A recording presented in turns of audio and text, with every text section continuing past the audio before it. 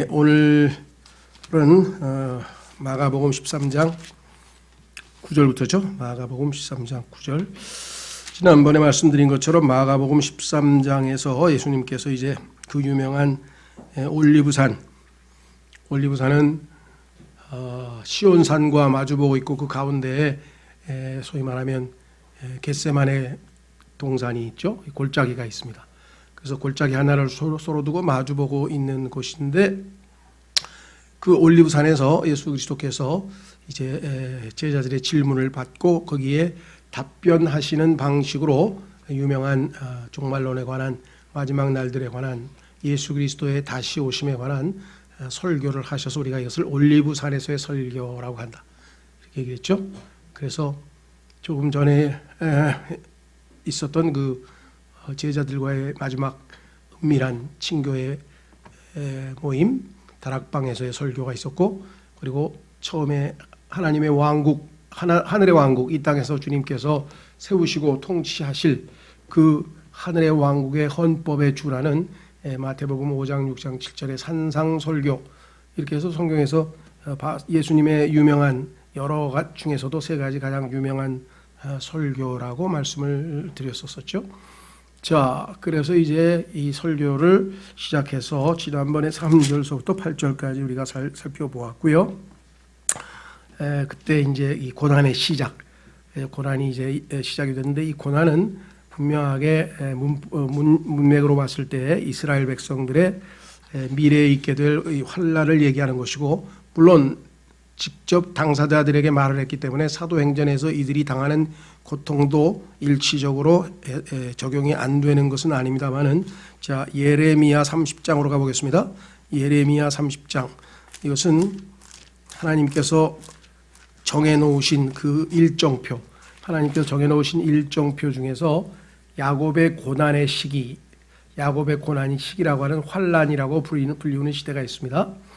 보통 우리가 성경에서 이 환난이라고 하면은 이 영어로는 tribulation이라고 하는데, tribulation이라고 하는 단어는 원래 그 곡식을 추수해가지고 떨죠. 막 내리치면서 그 곡식을 떠는 그 문맥에서, 그러한 어원에서 나왔는데, 우리가 일반적으로 예수님을 믿고 이 땅에서 많은 환난을 통과해서 하나님 왕국에 들어간다. 그래서 우리 그리스도인이 겪는 여러 가지의 시련과 고난을 얘기할 때 그것은 tribulations, 고난들이라고 할 수 있죠. 한두 가지가 아니니까. 그러나 유대인들이 하나님께서 마지막 담금질을 통해서 이제 하나님의 백성으로 정결케 준비되는 그 환난, 그것을 성경에서는 tribulation이라고 해서 단수로 딱 되어 있어요. 왜냐하면 7년이라고 하는 그 기간이기 때문에. 그렇죠. 그래서 이것을 야곱의 고난이라고 딱 정의가 내려져 있습니다. 자, 예레미야 30장 7절. 예레미야 30장 7절. 야곱의 예레미야 30장 7절에 뭐라고 말씀하시는 거 아니? 아, 슬프도다. 그날이 커서 그것과 비길 날이 없다니. 그날은 곧 야곱의 고난의 때로다. 야곱의 고난의 때, 요 7년이고, 이것을 다니엘의 70째 주라고 우리가 환난 때 설명을 했었죠.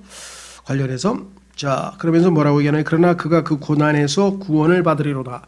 이 구원을 하러 오시는 분을 로마서 11장에서 예수님을 구출자라고, deliverer, 이스라엘의 구출자라고 명하셨죠. 자, 그래서 이와 같은 문맥에서 예수님께서 지금 미래에 있을 일을 예언하고 있는 것이다. 그러면 이들이 여기서 얘기하는 환난과 고난과 핍박 같은 것을 사도행전에서 당하지 않았느냐? 그렇죠. 일시적으로 당했지만 여기 나와 있는 내용들 전체를 하나하나 곱씹어 보면 교리적으로는 그것이 예언적 성격을 띠고 있다는 것을 알 수가 있겠죠. 자, 그래서 9절에 오직 너희는 스스로 주의하라. 그들이 너희를 공회에 넘겨주고 회당에서 너희를 때릴 것이요 너희가 나로 인하여 치리자들과 왕들 앞에 끌려가 그들에게 증언하리라. 자, 여기 보십시오. 공회, 회당, 이것은 다 유대인들에게 해당되는 거죠. 공회는 유대인들의 소위 말하면 원로회의를 얘기하고, 그 다음에 이 뭡니까? 회당은 이스라엘 사람들이 예배를 드린 예배당, 우리로 치면 예배당에 해당하는 거잖아요. 그렇다면 당연히 이스라엘 사람들에 대한 얘기죠. 너희가 나로 인하여 치리자들과 왕들 앞에 끌려가 그들에게 증언하리라. 교회 시대의 박해에 대해서 또 고난에 대해서 이것을 적용하시는 분들도 있지만 그것은 영적인 적용일 뿐 교리적으로 정확하게 적용하려면 유대인들에 대한 환난 때라고 이렇게 기억을 하셔야죠. 자, 그다음에 또 먼저 복음이 반드시 모든 민족들 가운데 널리 알려져야 하리라. 자, 그래서 이것을 보통 우리가 선교사님들이라든가 이런 분들에게 적용해서 이 선교사님들이 지금 모든 민족에게 복음을 널리 알리러 가서 예수 그리스도의 재림을 앞당기고 있다. 우리도 거기에 동참하자. 이렇게 이야기들을 많이 하는데 그걸 완전히 틀렸다고 하는 건 아니지만 마태복음 24장에 보면은 뭐라고 되어 있는 거 아니? 이 왕국의 복음이라고 되어 있어요. 다시 말하면 예수님이 곧 왕국을 세우러 오신다라는 복음이에요. 그러니까 마태복음 24장에 마태복음에서 회개하라 하늘의 왕국이 가까이 왔느니라고 하는 그 복음이에요. 그런데 우리가 전하는 복음은 그게 아니고 하나님의 은혜의 복음이라 그래서 그것은 예수 그리스도께서 우리의 죄 때문에 죽으시고 장사되시고 우리 사흘 만에 부활하셔서 그 예수 그리스도를 구원자로 죄를 회개하고 받아들이면 우리가 혼이 구원받고 하늘나라로 간다. 새 생명을 얻는다. 거듭난다. 이것이 하나님의 은혜의 복음이고 왕국을 세우러 오신다. 예수 그리스도께서 오셔서 이 땅에서 왕국을 세우실 것이다. 라고 하는 것은 왕국 복음이죠.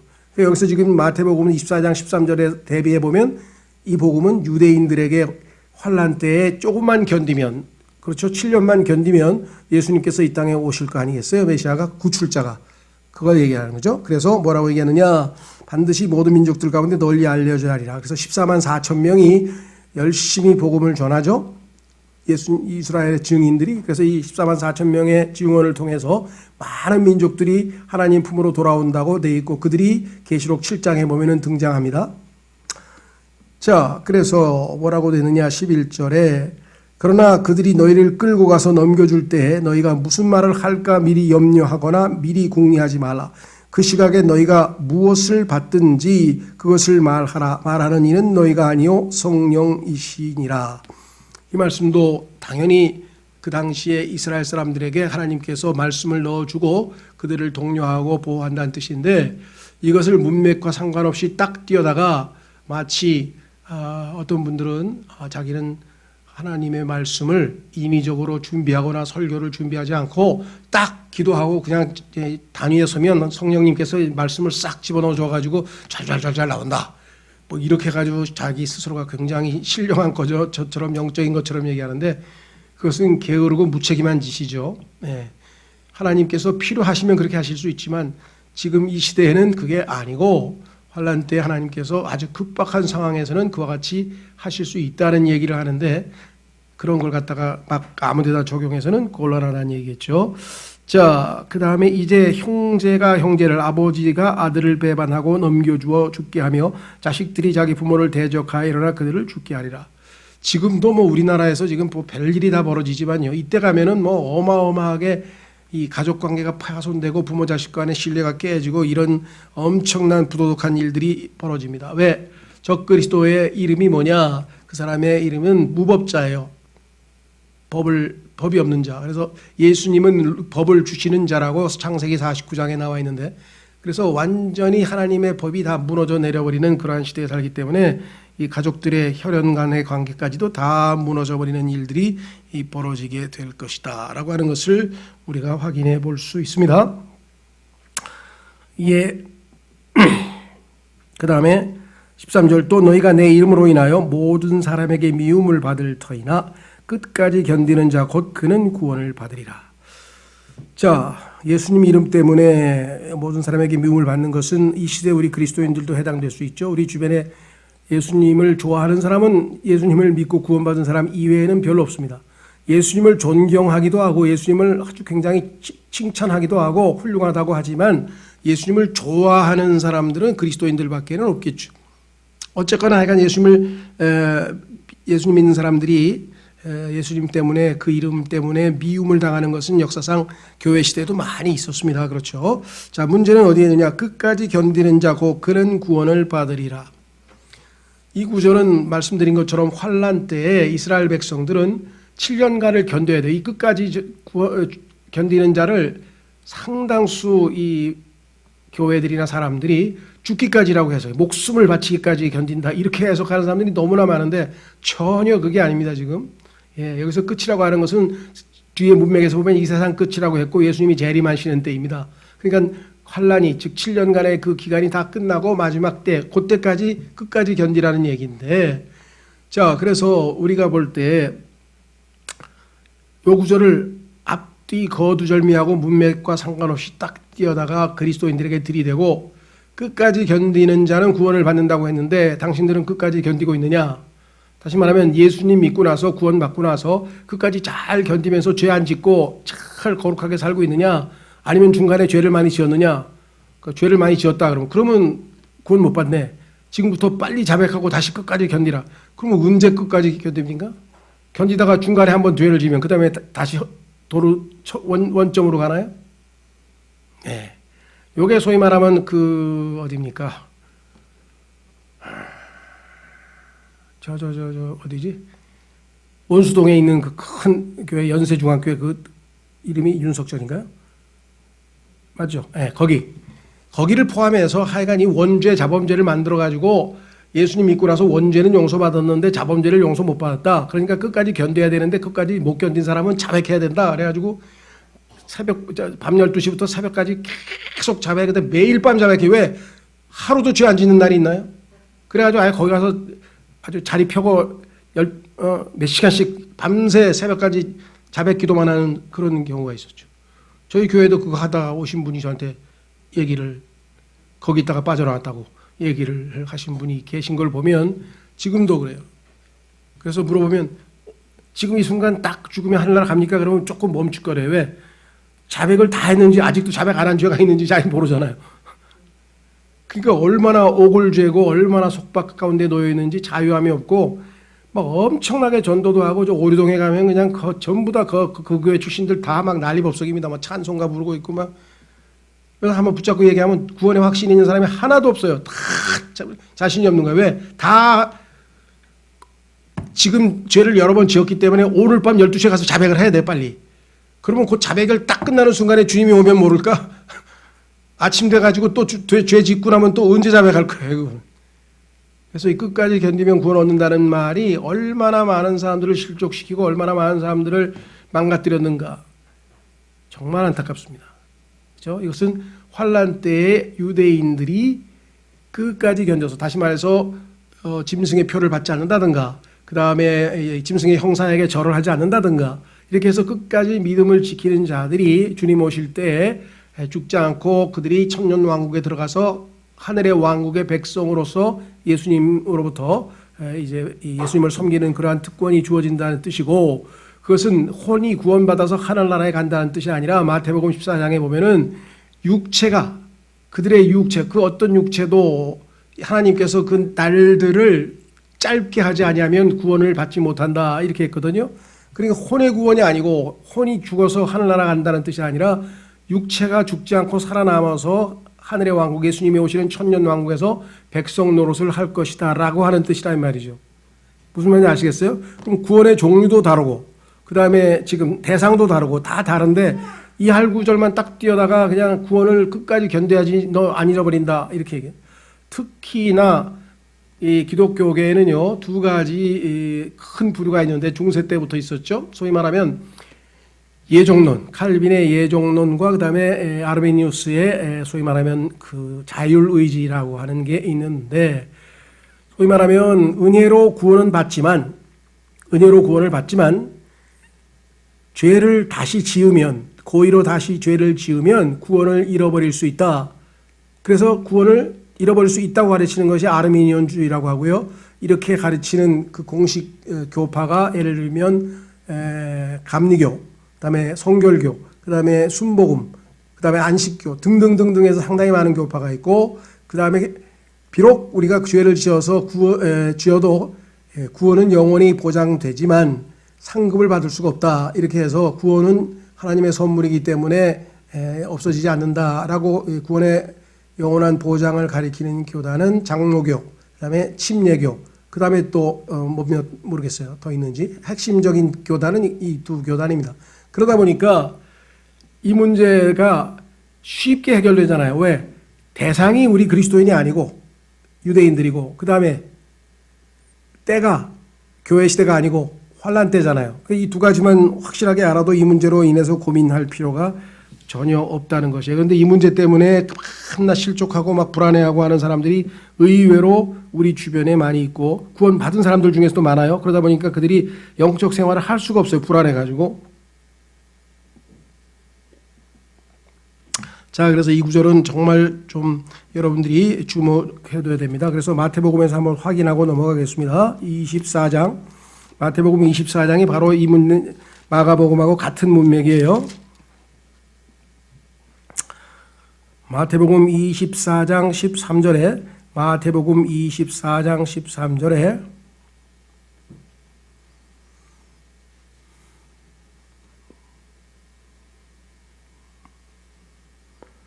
그러나 끝까지 견디는 자 곧 그는 구원을 받으리라, 이렇게 돼 있죠.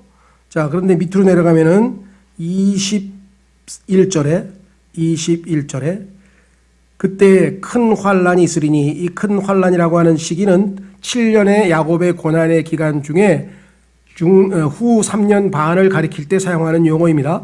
전 3년 반은 예수님께서 고난의 시작에 불과하다. 고난의 시작, 아직 제대로 된 진짜 고난이 아직 다가오기 전에 맛보기로 고난의 시작이라고 설명을 하셨고, 이제 적 그리스도가 다니엘의 멸망에 가증한 것으로 자기가 신이라고, 자기가 하나님이라고 나서는 그때부터 시작해서 이제 대환란이라고 하는 기간이 시작이 되는데, 그때는 어떻게 되느냐?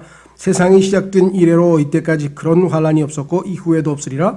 그 날들이 짧아지지 아니하면 어떤 육체도 구원을 받지 못할 것이로되 선택받은 자들을 위하여 그 날들이 짧아지리라. 자, 여기서 이제 선택받은 자도 마찬가지, 성경에서 보면은 선택받았다 또는 택함받았다 이런 말 쓰죠. 택함받았다, 선택받았다라고 하는 표현은 성경에 아주 여러 번 반복해서 나오는데, 이 택함받았다, 선택받았다라고 하는 대상이 성경에 보면 첫 번째, 천사들도 택함을 받았다라고 하는 표현이 나와요. 택함받은 천사. 그 다음에 이스라엘이 택함받은 민족. 그 다음에 예수님은 하나님의 택함받으신 자. 그 다음에 교회 성도들은 예수님 안에 있기 때문에 우리도 예수님 때문에 택함받은 자들, 이렇게 돼요. 그러니까 이 택함받은 자라고 하는 대상자가 넷이나 되기 때문에 문맥에서 잘 봐야지, 택함받은 자 그러면 그리스도인들은 전부 자기인 줄 알아요.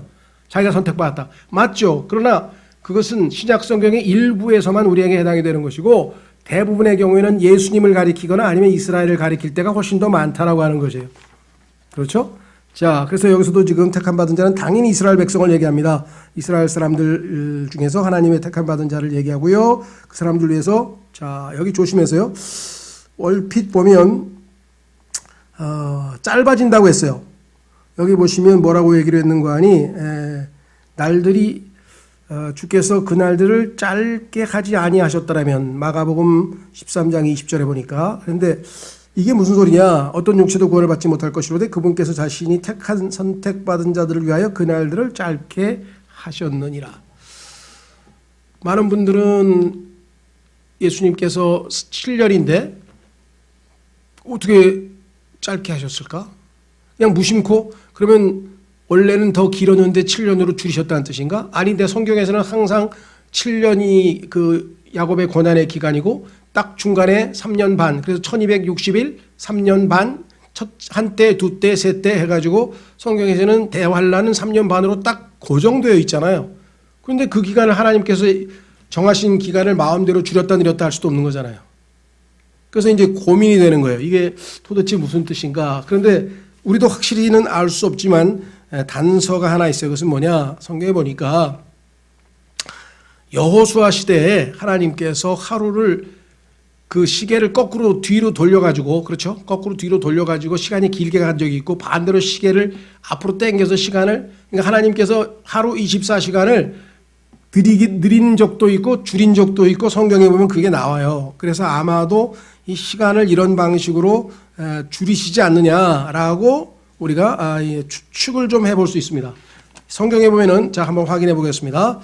아모스서 8장 9절에 가면 그와 관련된 비슷한 말씀들이 하나 있어요. 이것 이외에도 몇 군데 있습니다만은 제일 뚜렷하게 나오는 곳은 아모스서 8장 9절 보시면 하나님께서 이런 방식으로 시간을 줄이신다는 뜻일 수도 있겠구나.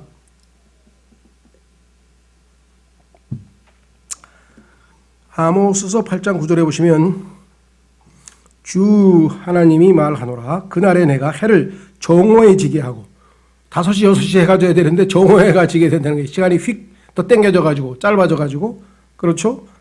그 다음에 대낮에 땅을 캄캄하게 하며 그러니까 하나님께서는 이 우주의 시계를 그렇죠? 시계를 빨리 가게도 할 수 있고 늦게 가게도 할 수 있는데 이들의 구원을 위해서 하나님께서 특별히 더 빨리 가게 하실지도 모르겠다. 이건 추측입니다. 이게 뭐 답이라는 건 아니고 일반적으로는 7년, 3년 반을 좀 시간을 어떻게 줄여주신다 그랬는데 그거는 좀 아닌 것 같아요. 제가 보기에는. 왜냐하면 하나님이 시간을 딱 정해놨는데 그걸 어떻게 마음대로 3년 반을 3년으로 줄인다든가 이럴 수는 없잖아요. 예, 그러니까 요거는 혹시 그런 의미일 수 있다라고 하고 우리가 뭐 100% 성경에서 딱 답을 찾을 수 있는 건 아닌 것 같습니다. 그걸 좀 참조하시면 될 것 같고요. 그렇죠? 자, 그러면 다시 마가복음 13장으로 오셔서 여기 보시면 14절에 그러나 대언자 다니엘을 통해 말씀하신 바 황폐하게 하는 가증한 것이 서지 못할 곳에 선 것을 너희가 보거든. 자, 그러니까 이 소위 말하면 이 시대는 다니엘의 70째 주의 중간 딱 3년 반 중간쯤에 그 적그리스도라고 하는 자 또는 계시록에서는 짐승이라고 불리우는 자가 자신이 성소에 거기에 보좌에 앉죠. 그래서 이것을 뭐라고 되어 있는 거 아니 서지 못할 곳이라고 했고 또 계시록에서는 성소라고 했죠. 또 마태복음에도 그러니까 자기가 성전에 앉아서 자기가 하나님이라고 하는 통에 유대인들이 속았다는 사실을 알고 그때 마음을 돌이켜서 이제 어떻게 해요? 어마어마한 박해를 피해서 이제 도망가는 수밖에 없죠. 그래서 이제 도망가는 이야기가 나옵니다. 아차 속았구나라고 하는 것을 알게 되는 것은 자기가 하나님이라 그러니까 예수님도 하나님이라 그래가지고 예수님을 안 믿고 십자가에 못 박아 죽인 민족이 유대인인데 사람이 하나님이라 그러면 절대로 믿지 못할 사람들이죠. 그래서 어떻게 했는가? 읽은 자는 깨달을지어다. 이것은 다니엘서에 나와 있는 그 구절들을 읽는 자들은 깨달을지어다. 그때 유대에 있는 자들은 산들로 도망할지어다. 그러니까 여기에 대상자들이 당시에 예수님 재림하실 땅에 있는 유대인들에 대한 얘기구나. 금방 알 수 있죠. 성전에 해당되는구나. 금방 알 수 있죠. 그러니까 대상자는 유대인이구나. 금방 알 수 있죠. 15절. 지붕에 있는 자는 집에 내려가거나 자기 집에서 무엇을 취하려고 그 안에 들어가지도 말며 들에 있는 자는 겉옷을 가지러 되돌아가지 말지어다. 전쟁 중에 그렇죠. 피난 중에 집에 뭐 가지러 갔다가 다리 끊겨서 못 건너온 사람 얘기들 많이 들어보셨나요? 한 걸음만 10분만 더 빨리 나왔으면 되는데 오다가 중간에 아이고 금고에 돈 놔두고 왔네. 그 돈 가지러 갔다가 아니면 뭐 중요한 아버지 유품 가지러 갔다가 아니면 동생 찾으러 갔다가 다 아주 한 낭패를 본 사람들이 얼마든지 있죠. 얼마나 실감나요. 우리도 뭐 전쟁에서 이런 것 뭐 지금 아프간에도 아마 이런 일들 엄청 많았을 거예요. 아차 하는 순간에 비행기 놓쳐버린 사람이 어디 얼마나 많겠는지 한번 생각해 보면 우리가 참 실감나게 이해할 수 있겠죠. 그렇죠? 자, 그래서 17절 오직 그날들에는 아이벤 자들과 젖 먹이는 자들에게 화가 있으리로다.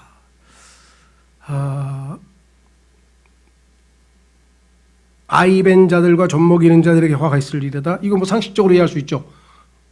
아이를 뵙거나 아이를 몸에 손에 들고 있는 사람은 피난 가는데 아주 방해를 많이 받겠죠. 뛸 수도 없고 몸을 숨길 수도 없고 그다음에 식량도 부족할 것이고 이러지도 못하고 저러지도 못하고 얼마나 낭패를 보겠어요. 그러니까 성경에 보면 하나님께서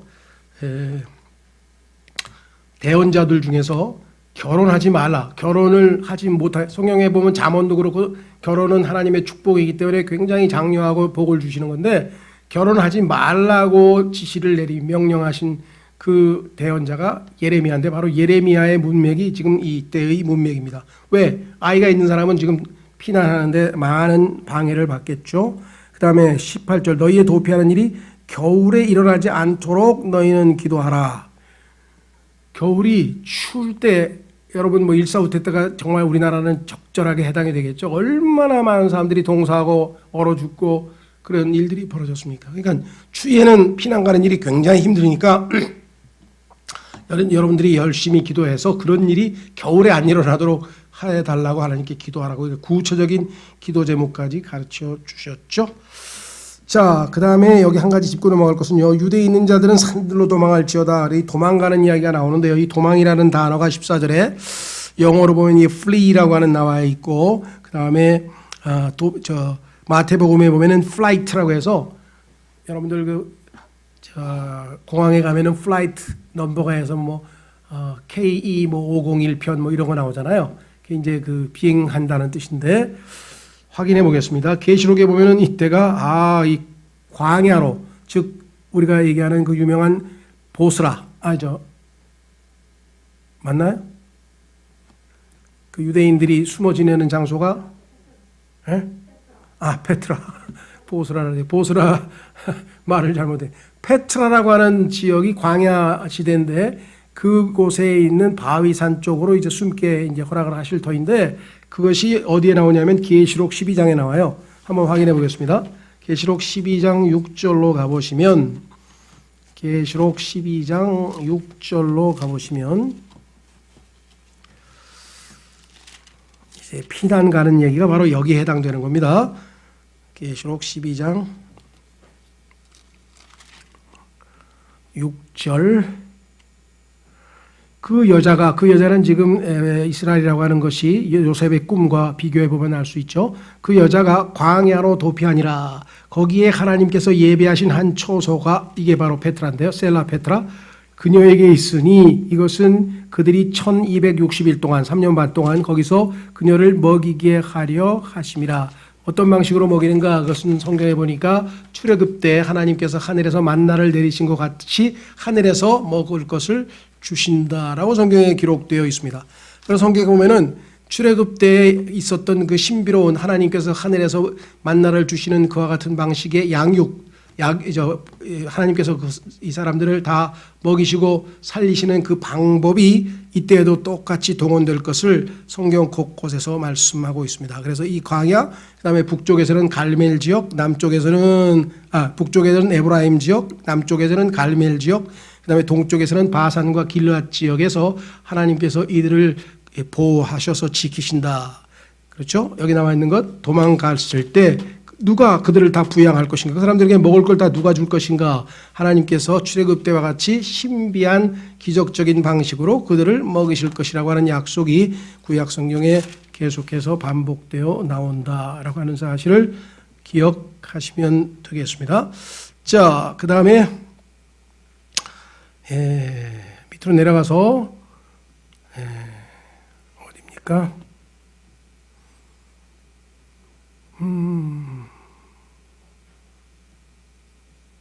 교회 그 다음에 20절 그렇죠? 19절이네요. 19절 그 날들에 고난이 있으리니 이것을 마태복음에서는 대환란이라고 했어요. 큰 고난의 날. 하나님께서 창조하신 창조 세계가 시작된 때부터 이때까지 그런 고난이 없었고 이후에도 없으리라. 그러니까 인류 역사상 우리가 정말 어마어마한 고난을 또 이렇게 역사 문서나 또 텔레비전 다큐멘터리나 여러분들 스탈린그라드에서 이 독일군 굶어 죽은 얘기, 6.25 때 정말 미군들 굶어 죽은 얘기, 월남전 때 그 잔인하게 대창인가요? 대나무로 만든 창으로 막 찔러 죽이는 장면, 잔인한 전쟁 장면들이 얼마나 우리가 많이 봤습니다.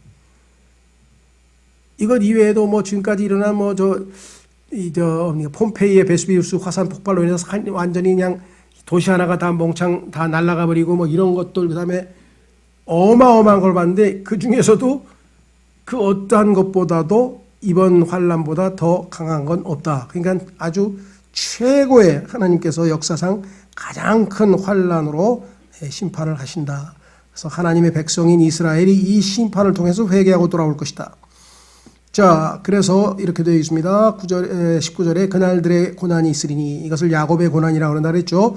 하나님께서 창조하신 창조 세계가 시작된 때부터 이때까지 그런 고난이 없었고 이후에도 없으리라. 전무후무한 대환란. 주께서 그날들을 여기 나와 있죠. 짧게 하지 아니하셨더라면 어떤 육체도 혼의 구원받고 하늘나라 간다는 얘기가 아닙니다. 육체도 구원을 받지 못할 것이래. 육체적 생명이 살아서 예수님 재림하시는 천년왕국에 들어가지 못한다. 그분께서 자신이 택한 선택받은 자들을 위하여 그날들을 짧게 하셨느니라. 얼마나 자비로우시고 긍휼이 많은 분이신가 라고 성경에 분명하게 말씀을 하셨죠. 자, 그때 누가 너에게 이르되 보라 그리스도가 여기 있다 하거나 보라 그가 저기 있다 해도 그를 믿지 말라. 성경에 보니까 마태복음에서는 이제 광야에서 자기가 그리스도가 여기 있다고 하고 또 밀실에서 조그만 아주 비밀스러운 방에서 자기가 그리스도라고 외치는 사람이 있을 것이다. 오늘날도 보면은 자기가 뭐 그리스도다, 메시아다, 뭐 신이다, 뭐 이것을 자처하는 사람들은 대개 두 가지 방식이죠.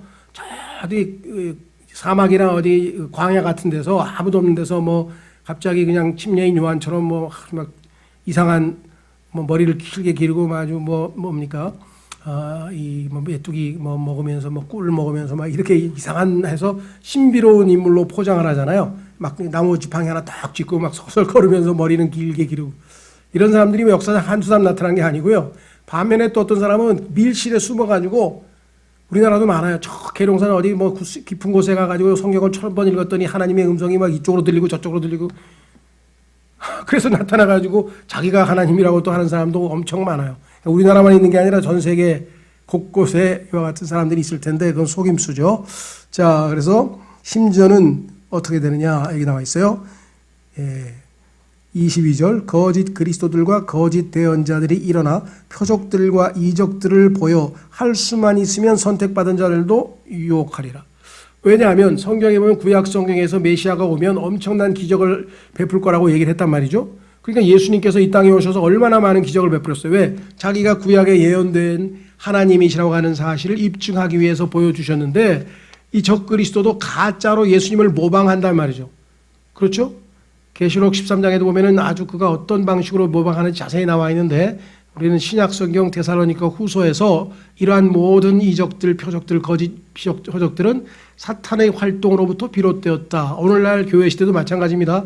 이적, 기적 베푸는 사람들은 거의 99%가 속이는 사람들이에요. 조심해야 돼요.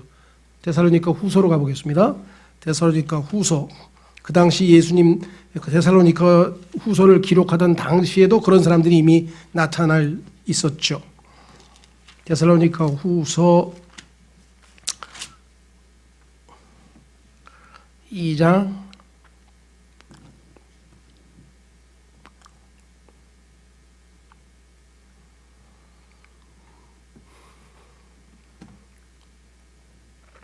1절서부터 보겠습니다. 형제들아 우리 주 예수 그리스도의 오심과 재림 우리가 그분께로 함께 모이는 것 휴거로 말미암아 이제 우리가 너희에게 간청하노니 너희는 영어로나 말로나 혹은 우리에게서 왔다는 편지로나 그리스도의 날이 가까이 이르렀다 해서 쉽게 마음이 흔들리거나 불안해하지 말라. 지금 불안해하고 흔들리는 사람이 얼마나 많습니까? 다 불순종하고 있죠. 아무도 어떤 방법으로든 너희를 속이지 못하게 하라. 다 속고 있죠.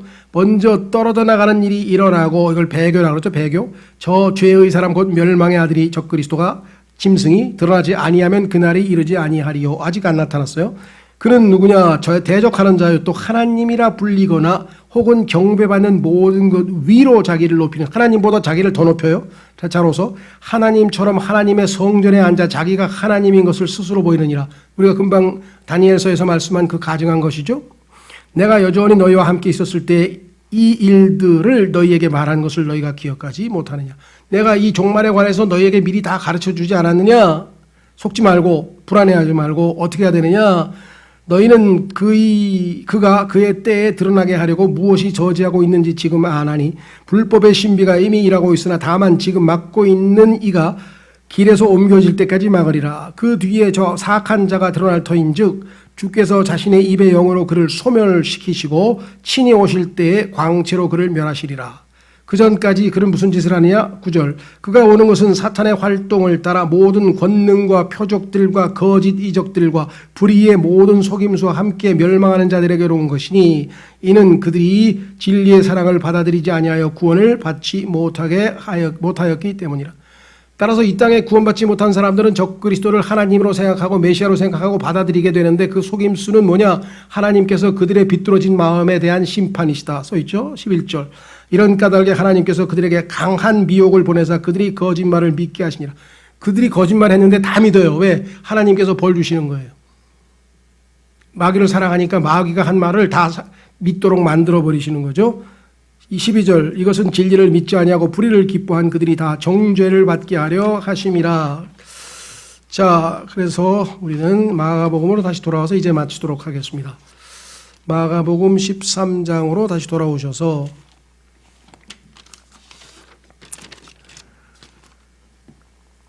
이적, 표적, 기적 뭐 이런 거 하는 것 조심하라 그랬습니다.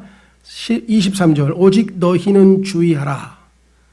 주의하라, 속지 말라. 이것이 오늘날 얼마나 우리에게 중요한 일인가. 왜? 수없이 많은 사람들이 우리를 넘어뜨리려고 하고 속이려고 하고 진리에서 벗어나게. 그러니까 하나님의 말씀을 딱 굳건하게 붙들고 신뢰하지 아니하면 언제 어떻게 넘어질지 알지 못한다 이 말이죠. 내가 모든 일을 너희에게 미리 말하였노라.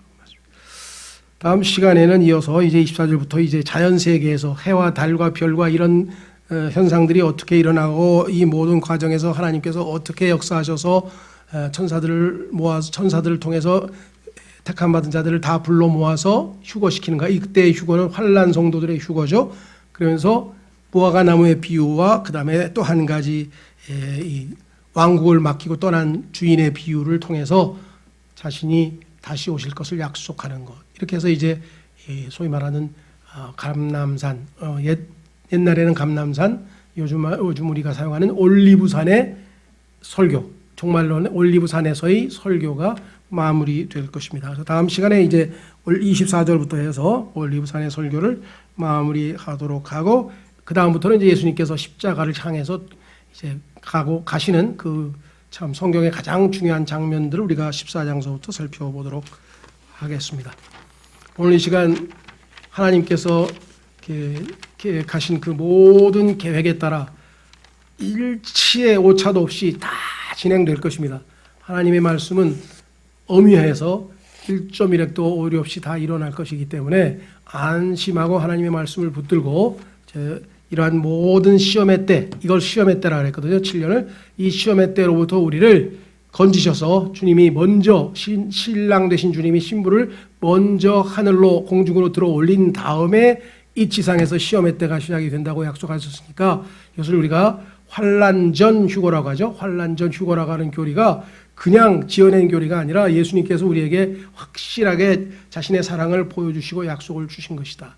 그 약속을 듣고 그 어떠한 베리칩이 나오든 뭐가 나오든 코로나 이상한 마리서가 나오든 뭐가 나오든 간에 종말에 대한 얘기를 하면 우리는 불안해하거나 두려워하지 말고 하나님의 말씀을 굳게 믿고 이 땅에서 주님을 맞이할 준비를 하자. 마음을 정결하게 하고 이 시간 이를 위해서 기도하겠습니다.